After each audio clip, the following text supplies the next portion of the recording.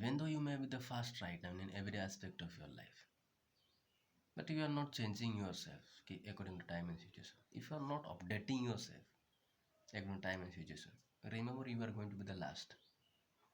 But if a person is the last right now, but he is keep on changing, keep on updating according to time and situation, remember he is going to be the first.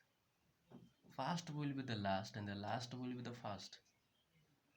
This is what the Bible says, Matthew chapter 19:30, it clearly says. ହୁଏତ ବର୍ତ୍ତମାନ ଏବେ ଆପଣମାନେ ପ୍ରଥମରେ ଅଛନ୍ତି ସବୁ କାମରେ, ସବୁ କ୍ଷେତ୍ରରେ, କିନ୍ତୁ ନିଜକୁ ଚେଞ୍ଜ କରୁନାହାନ୍ତି ସମୟ ଅନୁସାରେ, ପରିସ୍ଥିତି ଅନୁସାରେ ନିଜକୁ ବଦଳଉନାହାନ୍ତି। ତାହେଲେ ମନେ ରଖନ୍ତୁ ଆପଣମାନେ ଦିନେ ନା ଦିନେ ଲାଷ୍ଟ ହେବାଟା ହିଁ ହେବେ, ଶେଷରେ ହିଁ ହେବାଟା ହିଁ ହେବେ।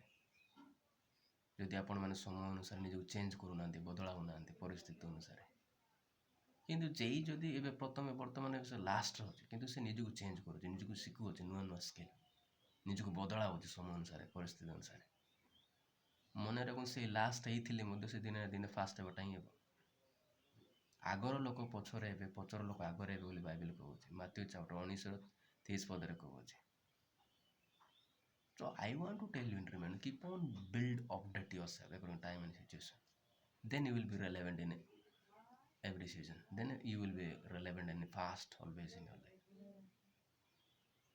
ମୁଁ ଆପଣଙ୍କୁ ଏତିକି କହିବା ପାଇଁ ଚାହୁଁଛି, ସମୟ ଅନୁସାରେ, ପରିସ୍ଥିତି ଅନୁସାରେ ନିଜକୁ ଚେଞ୍ଜ କର, ନିଜକୁ ବଦଳାଅ, ତେବେ ହିଁ ଆପଣମାନେ ପ୍ରଥମେ ରହିବେ। ଯଦି ନିଜକୁ ଚେଞ୍ଜ କରୁନାହାନ୍ତି, ପରିବର୍ତ୍ତନ କରୁନାହାନ୍ତି, ଯଦି ଆପଣମାନେ ପ୍ରଥମେ ହେଇଥିଲେ ମଧ୍ୟ ଶେଷରେ ହେବେ। এই ସତ୍ୟ କଥାକୁ ଜାଣି ରଖନ୍ତୁ, ନିଜକୁ ବଦଳାଅ, ନିଜକୁ ଚେଞ୍ଜ କର ସମୟ ଅନୁସାରେ। ଏହା ମୁଁ ଆପଣଙ୍କୁ କହିବା ପାଇଁ ଚାହୁଁଛି। Now it is up to you.